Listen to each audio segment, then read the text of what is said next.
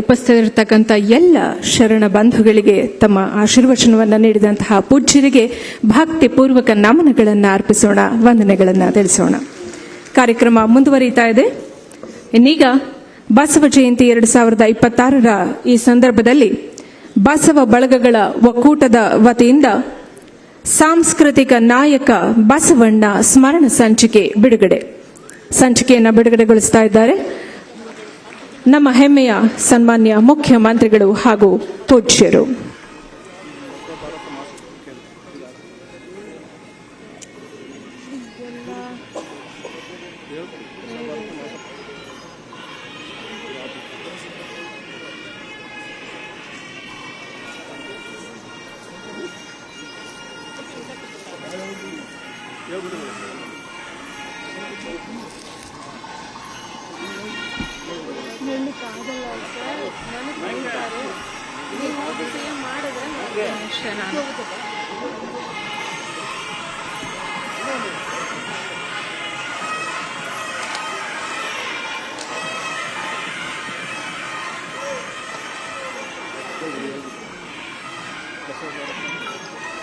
ಯಾವುದಿದು ಏನಿದು?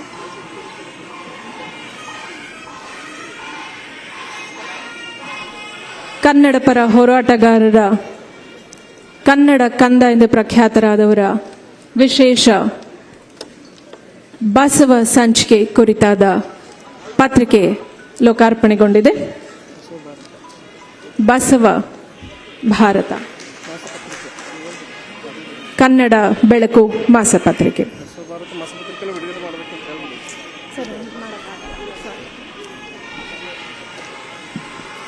ಇನ್ನೀಗ ಮಾನ್ಯ ಮುಖ್ಯಮಂತ್ರಿಗಳನ್ನ ಮಾತಿಗೆ ಆಹ್ವಾನಿಸುವ ಸಮಯ.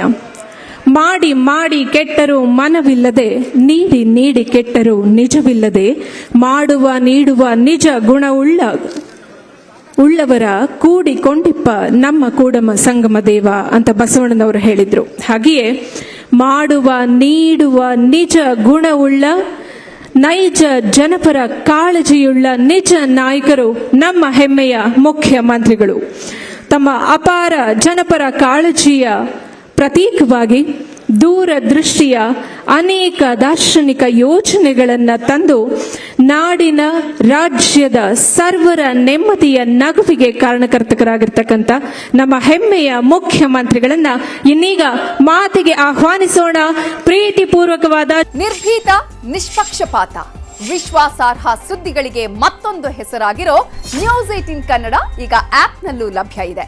ದಯವಿಟ್ಟು ಇಲ್ಲಿರೋ QR ಕೋಡ್ ಅನ್ನ ಸ್ಕ್ಯಾನ್ ಮಾಡಿಕೊಂಡು ಆಪ್ ಡೌನ್ಲೋಡ್ ಮಾಡೋದಕ್ಕೆ ಮರಿಬೇಡಿ. ನಿಮ್ಮ ಬೆಂಬಲ ಹೀಗೆ ಸದಾ ನಮ್ಮೊಂದಿಗಿರಲಿ. ಧನ್ಯವಾದ.